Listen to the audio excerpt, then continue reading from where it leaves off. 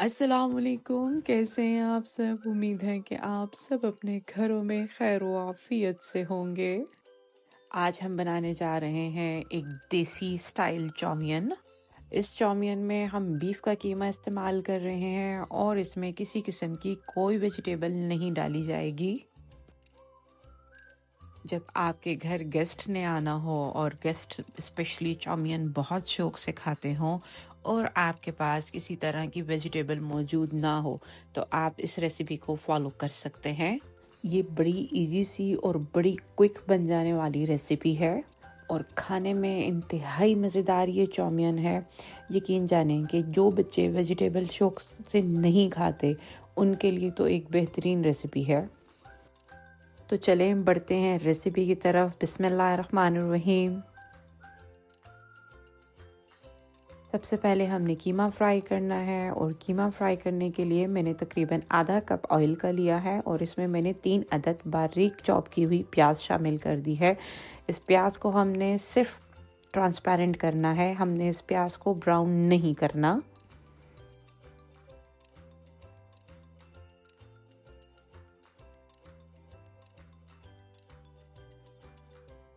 तीन से 4 मिनट में प्याज पकने के बाद प्याज बिल्कुल ट्रांसपेरेंट हो गया है और अब हमने इसमें अदरक और लहसुन चॉप किए हुए शामिल कर देने हैं। मैंने तकरीबन 2 टेबलस्पून मैंने लहसुन लिया है बारीक चॉप हुआ हुआ और 2 टेबलस्पून ही मैंने अदरक ली है बारीक चॉप हुई हुई।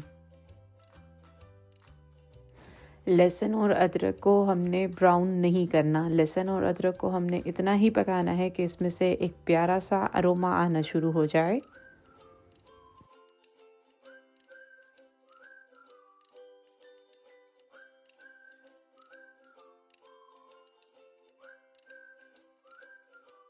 तकरीबन 3 मिनट में ही लहसुन और अदरक के पकने के बाद एक प्यारा सा अरोमा आने लग गया है। तो अब मैंने इसमें बीफ का कीमा शामिल करना है। बीफ का कीमा मैंने तकरीबन आधा किलो लिया है और ये कीमा अच्छे तरीके से डिफ्रोस्ट नहीं हुआ। अब आंच को मैंने आहिस्ता कर दिया है और इस कीमे को मैंने अच्छे तरीके से भून लेना है।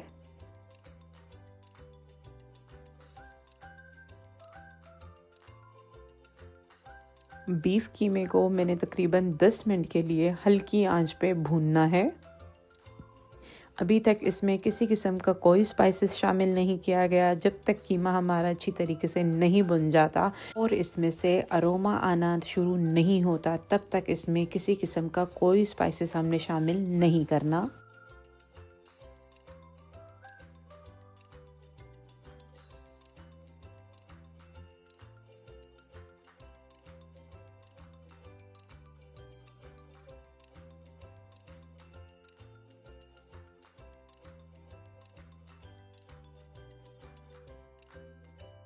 तकरीबन 10 मिनट की इस कीमे की भुनाई के बाद अब हमने इसमें स्पाइसेस शामिल कर देने हैं और स्पाइसेस हमने बेसिक स्पाइसेस शामिल करने हैं जो कि हर घर में मौजूद होते हैं। और इन स्पाइसेस में मैंने लिया है तकरीबन हाफ़ टी स्पून मैंने गरम मसाला पाउडर लिया है, 1 टेबल स्पून मैंने हल्दी, 1 टेबल स्पून मैंने इसमें सुर्ख मिर्च पाउडर और 1 टेबल स्पून मैंने इसमें नमक शामिल किया है। इन मसालों के अलावा इसमें किसी किस्म का कोई मसाला शामिल नहीं करना। कीमे में स्पाइसेस शामिल करने के बाद आंच को मैंने बढ़ा दिया है और अब मैंने तेज़ आंच पे इस कीमे को अच्छे तरीके से भून लेना है। आज की ये चाउमीन की रेसिपी बड़ी देसी सी रेसिपी है, इसलिए इसमें किसी किस्म की केचप का या इसमें सोया सॉस, सिरका किसी भी चीज़ का इस्तेमाल नहीं करना। यकीन करें कि ये देसी चाउमीन की रेसिपी बन जाने के बाद इंतहाई मज़ेदार बन के तैयार होती है।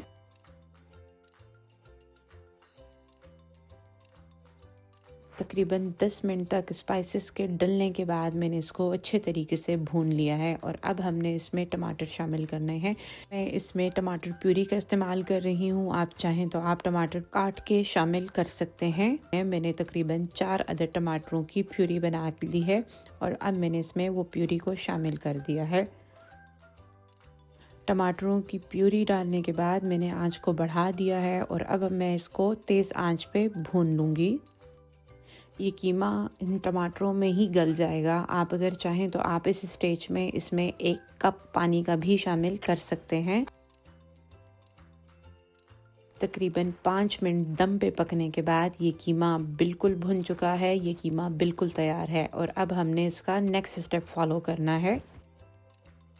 आप इसी तरीके से इस रेसिपी को ज़रूर फॉलो कीजिएगा। यकीन करें कि ये चाउमीन बनने के बाद इंतहाई लजीज बन के तैयार होते हैं।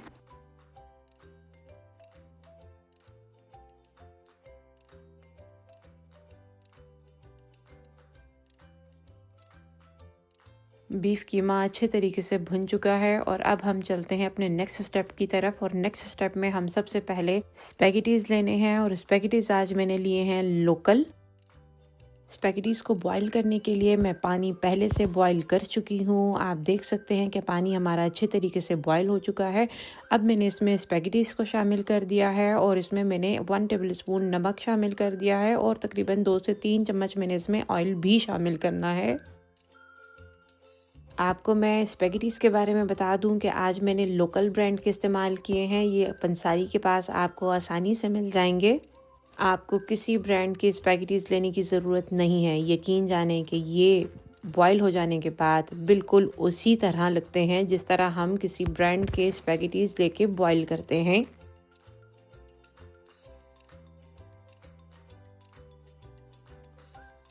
अगर आपने स्पैगेटीज़ को बॉयल पानी में डालना है तो आपने इसको 20 मिनट के लिए कुक करना है और 20 मिनट से ज़्यादा इन स्पैगेटीज़ को कुक नहीं करना। 20 मिनट में ही ये बिल्कुल डन हो जाते हैं।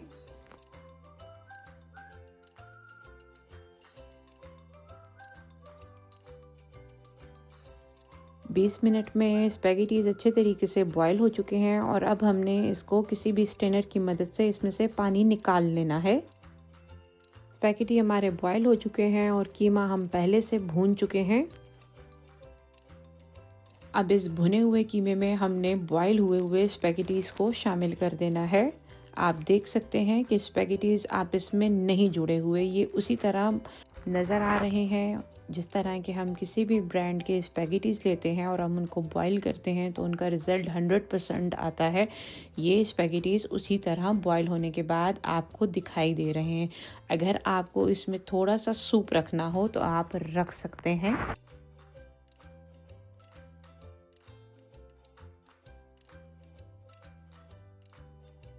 स्पैगेटीज़ को कीमे में अच्छे तरीके से मिक्स करने के बाद मैंने इसको तकरीबन 3 से 4 मिनट के लिए तेज़ आंच पे दम पे रखना है। ये स्पैगेटीज़ कॉस्ट में भी कम है और आप इन स्पैगेटीज़ को आसानी से बना सकते हैं।